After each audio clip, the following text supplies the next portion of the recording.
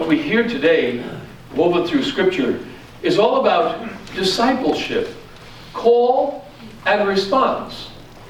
And this begins a journey in faith, beginning with the head and moving down to the heart.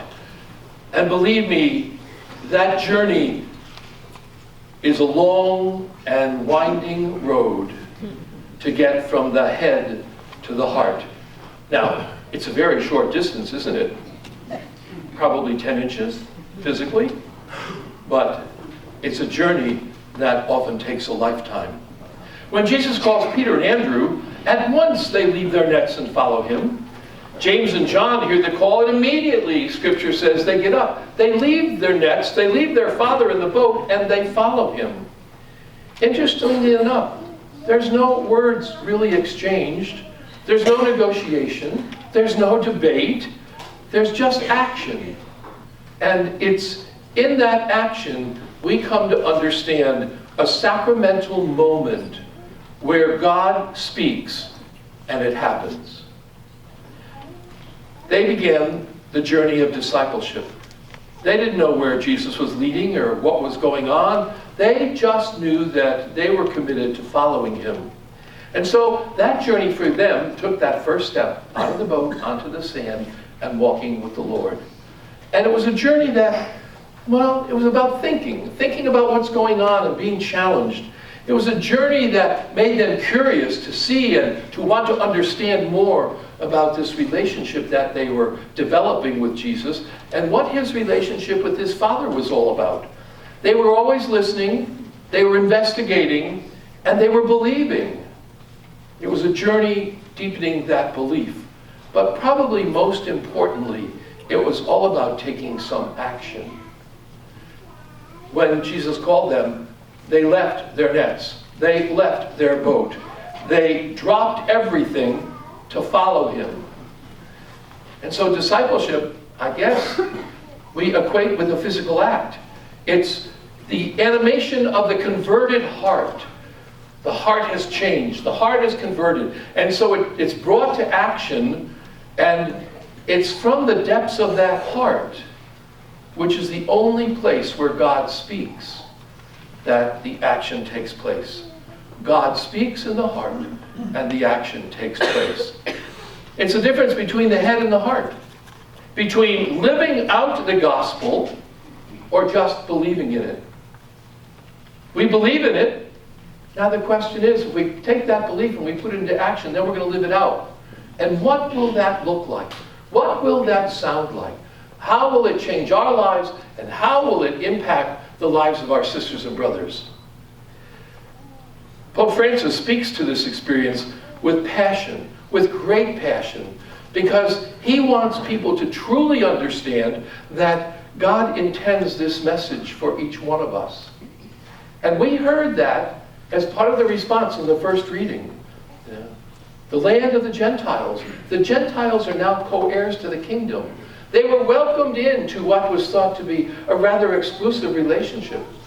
But now they are too a part of that kingdom and welcomed in to walk on that same journey that the Lord invites each one of us today to walk on. We are called by Jesus today to get out of our heads and to get into our hearts. That is quite a journey. A lot of people really take comfort in being in their head and having that as some kind of safety factor, because moving out of your head into your heart could be a little risky, could be very challenging, could present some struggles. And so we are called to get out of our heads into our hearts, because this is the place where the Word, as we hear it, has no competition. The noisy clamor of the world and society has no place for the Word in the heart. And we well know what the clamor of society is all about. We face that day in and day out.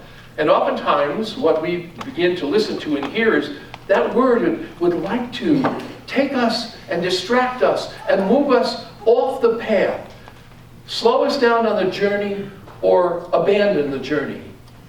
And so that word is always going to be a constant challenge for us to remain true to the journey that we have expressed that desire to walk on.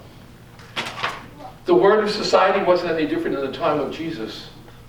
They were always being challenged, trying to be discredited.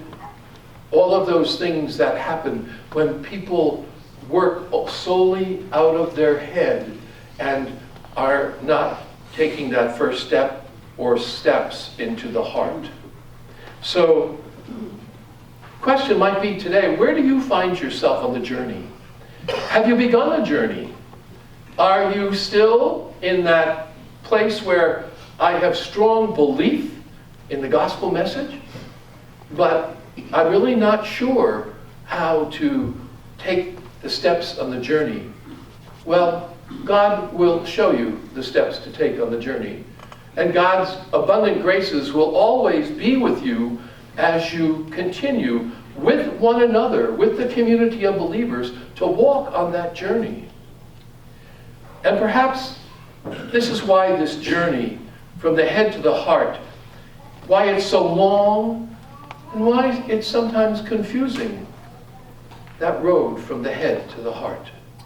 Our task is to walk that journey.